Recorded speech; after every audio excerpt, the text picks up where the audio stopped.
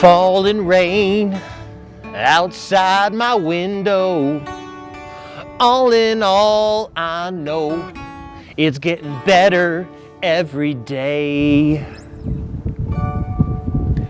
Hey, what's up, and welcome to Three Guys Pickin'. I'm your host Tyler, and with me as always is Brodie. In a passing car. It's a white Chevy. We have a very special show for you here today. In Freeport, Illinois, just outside of Chicago. We're at about maybe 8,052, like West Fullerton. Like 80,052. Like 00 is State and Madison. We're in Freeport. We have a very special guest for you here today. We have a legend amongst our midst here, a Freeport native, Lee Garner, who was a career musician in Nashville, was the touring guitarist for the band Hair Trigger, which was the touring band for country legend Eddie Rabbitt. He has a book out, You Had to Be There, in Amazon now. Well, the name of the book is You Had to Be There. You can get the book, and then you would kind of be there. You kind of had to be here to be able to talk for this segment. That is like that is you're not here right now. No. I need you to take this and make it into this for the next segment. We'll fix it in editing. From Freeport, Illinois, I want you to meet a fine lead guitar player by the name of Lee Garner. Sound good tonight, Lee? From him, take it, Lee.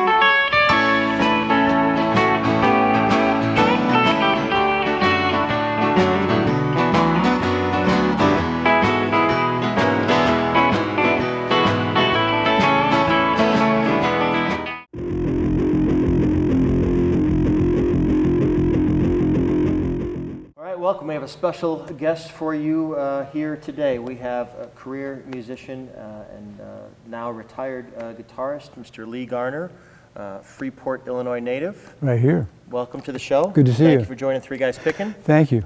Good to be here. And we had the chance to look through this wonderful book that you wrote. You Had to Be There. Thank you. This is available now on Amazon. Yeah, so we flipped through the book and we loved it. So thank you. Can you just give us a little bit of background on why you decided to write one and why was now the right time? I've done this a long time, and whether it's at the very beginning of things or whether it was actually after I left Rabbitt, and then the things that went on after that, people don't understand it. They don't really get it about what goes on. How do you make a living at this?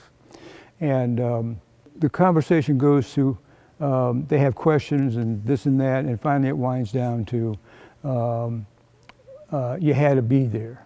You know, that's the best you can do with it, and now you are. Yeah. Can you tell us a little bit about what it was like for somebody to come from born and raised Freeport, Illinois? Yeah. Coming from this small town. Yeah. I'm gonna head to Nashville and I'm gonna do it. Right. Well, I had a very early start here. I started taking lessons when I was 12, and my teacher started handing me her beginning lessons, students when I was 14. So I started playing in bands about the same time, and I just kept doing it. You know. And after I graduated from high school, I spent that summer in Nashville getting my feet wet, knowing that I'd want to come back. And I came back here for a couple of years, and then I went to MTSU, Middle Tennessee State University in Murfreesboro, yeah, south of Nashville. And I played in bands all the time I was there, you know. And then after I graduated, I just stayed in the area and kept playing in bands, you know. And I used the beginning of the teaching practice. I did that for about 10 years here and in Nashville to use that as a base income, and then freelance on top of that. I'd take anything that came through the door. And that finally just kind of petered out, and I started going on the road, and then that was a new era of things, you know. And went through a lot of bands actually, and then it all led to Rabbit, and I was with him for 16 years. Right. So that leads to the next question. Tell us everything you know about Eddie Rabbit. Just kidding. I'm sure you get that question all the time. Yeah, what was Eddie Rabbit really like? Right. Yeah. That's probably the question you get all the time. You're down to the hard questions, man.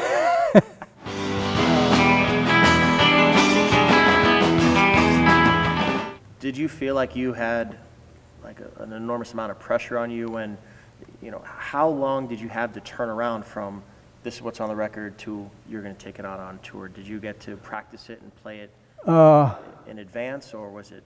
Well, usually what had happened on that was when he put a new album out, they would like earmark the ones they were thinking about using for the singles off the album.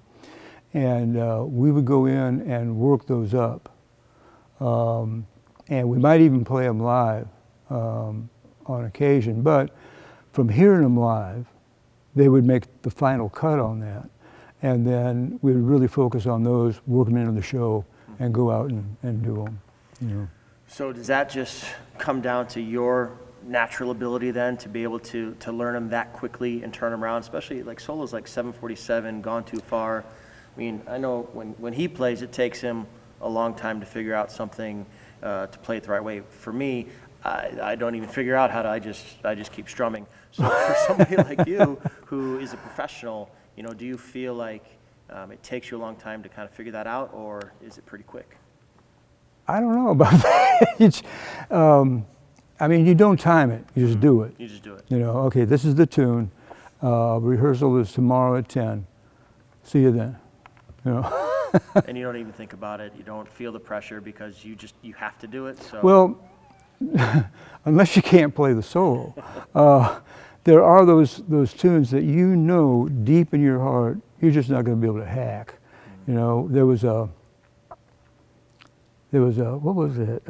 Old Cadillac. Rabbit had a tune called Old Cadillac, and Vince Gill played the solo in the studio on that. Right. I couldn't play that ever. Nothing. I got to meet him. I told him about it. I said, "How do you do that, man?" And he said, "Just tricks. Yeah, your mama."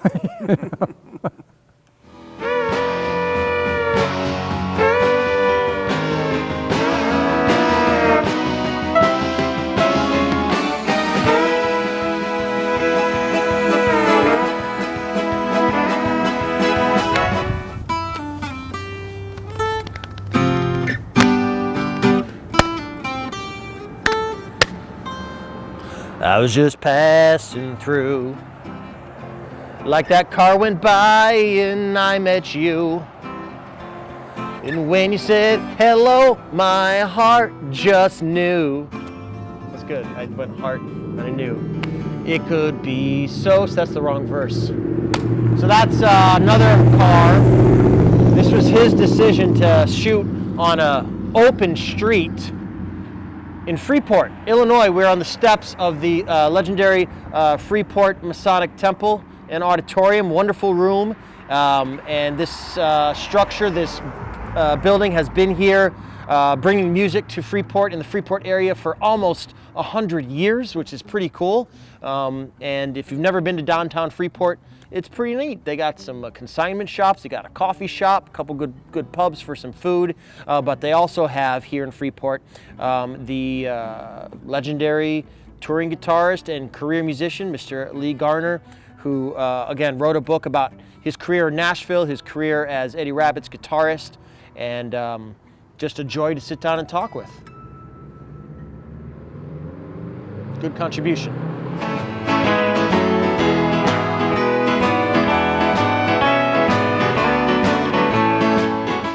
Well, speaking of playing with Rabbit and playing in Hair Trigger, 1981, start touring with him, and we actually saw you on that first tour, 1981, at the Holiday Star Theater. Oh yeah. In Maryville, Indiana. Yeah. Do you remember us? We were in the crowd. Yeah, absolutely. Yeah, I hate when this happens, man. It's like, man, have I insulted this guy? Do I owe him money? Don't you remember? We were waving. You were playing. I mean, I don't know. We played there a couple of times. Old, That first time, the Righteous Brothers opened for us. you know, and I was just gaga on that, you know. The show that we saw, Eddie Rabbit was late coming from the airport, so they started about an hour later. So Is that what they told you? that's what they told us. So I don't know. I don't remember that, but And he's very mad that you guys didn't play Gone Too Far. hey, not all these are my decisions to make. Which is the kind of the next question. When you are on tour with you know, a country star of that magnitude, do you have any input on the set list, or is it just, hey, this is what we're playing, learn it, let's go? Rarely. Usually it's these are the hits. This is the new stuff that we want to work into the show, and that's what we're going to play.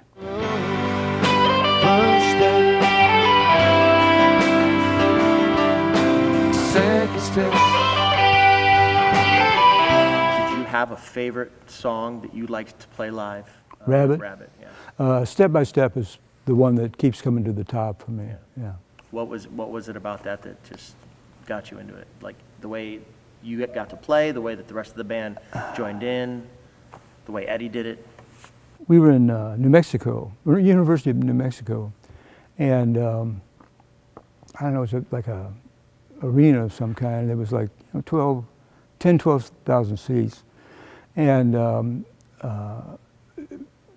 Step by Step had just eased into the top 5 and was going to #1, and we started playing that tune, and we had been for a while, but we started playing that tune that night. And I looked out there, you know, and I said, you know, okay, I haven't hit the bullseye. But I'm not the singer, I'm not the writer, but I'm the guitar player. And to hit the target is just fine. And that was one of the most validating experiences of my life. And it still feels pretty good.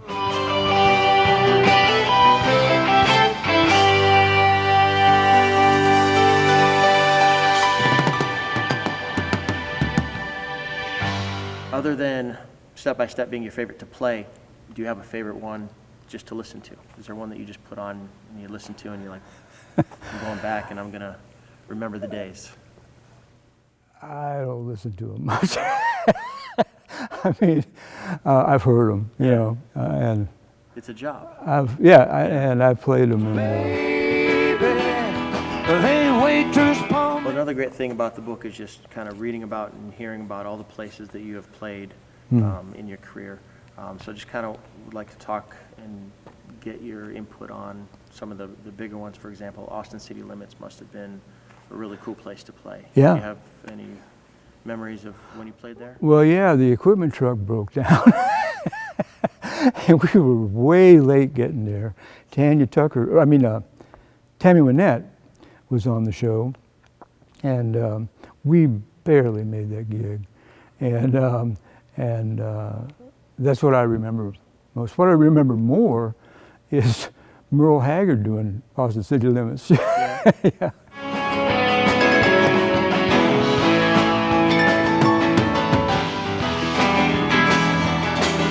What about playing down in Branson? There's been some videos popping up of you guys playing in Branson, Missouri. Do you have any recollections of that? Because the one video that we saw, it was almost like you guys would play a song, and then they would stop for like 10 minutes. And So we got any folks in Branson here tonight? Yeah. What is your first? Ed? Ed, how you doing, Ed? And Gene. All right, Ed and Gene. minutes, and it was like Q&A with the audience. Eddie would talk for 10 minutes, then he would play another song, and then there was a puppet show. Guy, would you make welcome Jim Barber, everybody?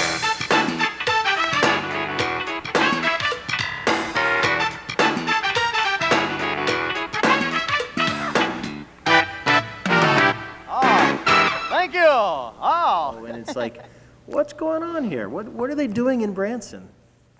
That's a good question. I don't think I've seen that where they really chop it up. Yeah. But I have seen some of the stuff that was taped in Branson, and it's really sound-wise and all that's not half bad at all. But we started working Branson maybe in the mid-90s, someplace in there. And Branson That's a strange place, you know. It's like we'll build it and they will come, you know. So what happened was they overbuilt these 3,000 seat theaters and nobody came, you know. And so they weren't selling a ticket, they couldn't get people in there. And so the big theaters started selling out to evangelical church groups. And so they would, you know, have events under their roof to do that. The Glenn Campbell Theater we were playing, and the thing is, the travel agent will sell a package, you know, and they'll have like a bus. They'll put all these people on it for a price of, you know, they get like 3 shows and the smorgasbord, or the buffet rather, for 5 days or whatever, you know. And so they would bring these people from, you know, Michigan or someplace and dump them at a hotel, and then they'd take them over to the buffet and all you can eat, you know, and of course they did. And then they'll take them to a show, say the 80 Rabbit show, and that starts at 3 o'clock in the afternoon, so all these people just waddle in. and it's not long, but, you know, they're just whacked out. They're just, everybody's asleep. And Rabbit would try to get a little banter going like he would in the casinos, you know, but it just didn't happen, you know. But people hadn't even heard of Eddie Rabbit. And had dessert on top of that, so, you know, there was no hope, you know. Once you get that dessert in, it's time Yeah, for a nap. that's right. But Eddie was all about the banter and the interaction with the people, and he used to do a sing-along with Every Which Way But Loose, and he was all about that. But it didn't work everywhere, Right. you know. She's just coming back to make things right, to tell me face to face. E minor. E minor. I thought you were a touring guitarist. Where's your tour? The basement to the living room to the back porch so nobody can hear you? You play live gigs, correct? I heard that. And this is what you bring. At least we had a amazing, capable, at least we had an amazing, capable guitarist here on Three Guys Pickin' today. Lee Garner from Freeport, Illinois, down to Nashville and back. He is now retired, and he has a wealth of information. Car. Another car. Car. Car. Game on. Car. Car.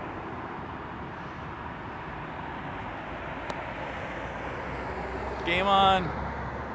Fortunate thing is, other than you, we did have a capable guitarist here on Three Guys Pickin' today. Lee Garner, career musician from Freeport, Illinois, down to Nashville, back here in Freeport now that he's retired, and he was able to sit down and talk to us about old Nashville, new Nashville, and his book, You Had to Be There. Wonderful time, just a sweet gentleman, had some great stories to tell. So check out a little bit of Lee Garner and 3GP.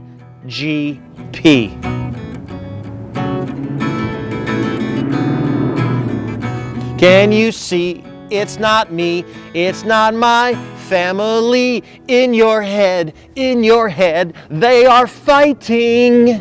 That's not the right song. Yeah, I love the lady night. Play a lead.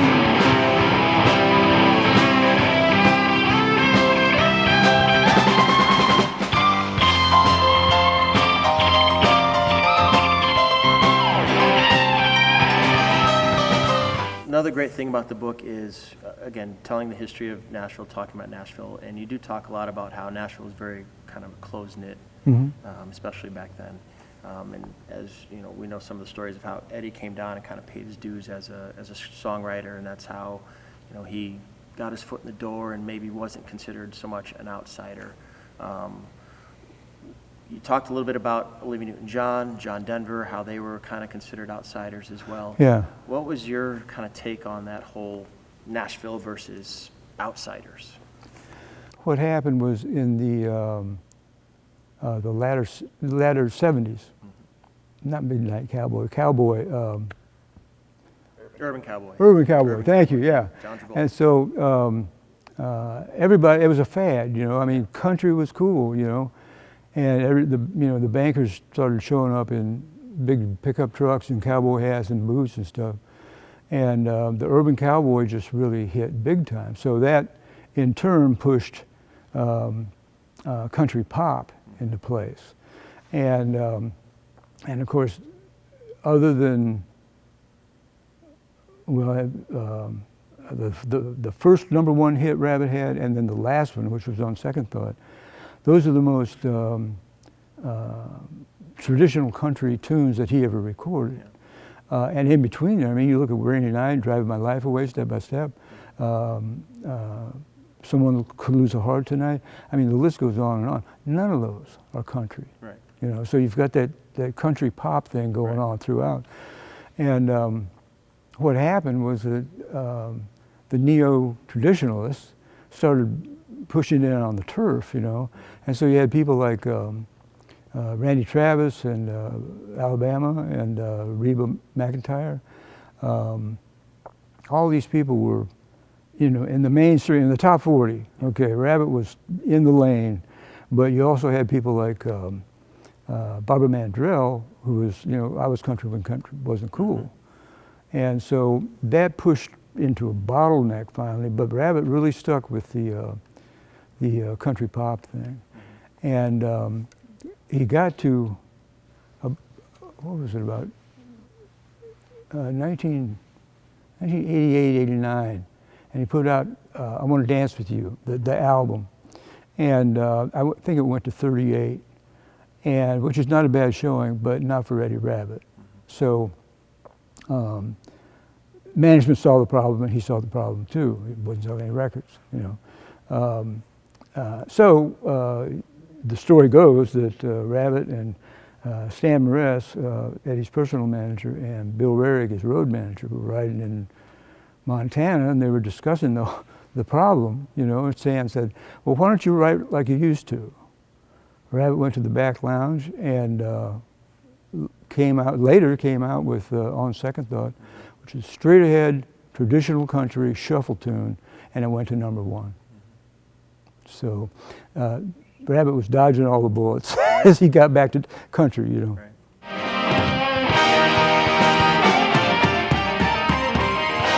Last question, this might be the toughest one, but isn't Three Guys Pickin' the greatest show ever? Man.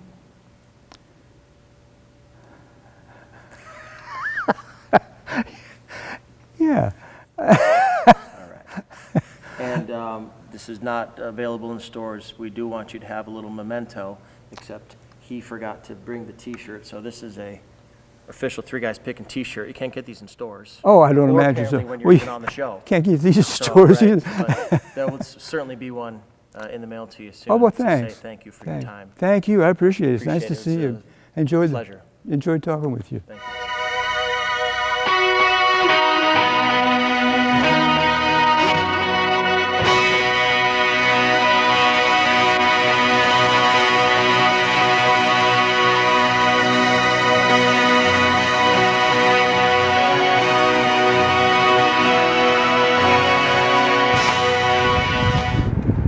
So, man.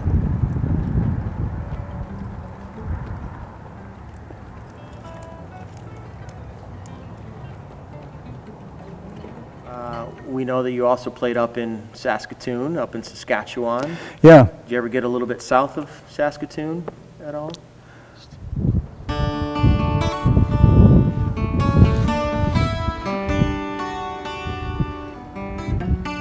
The old Sonny James hit a little bit south of Saskatoon.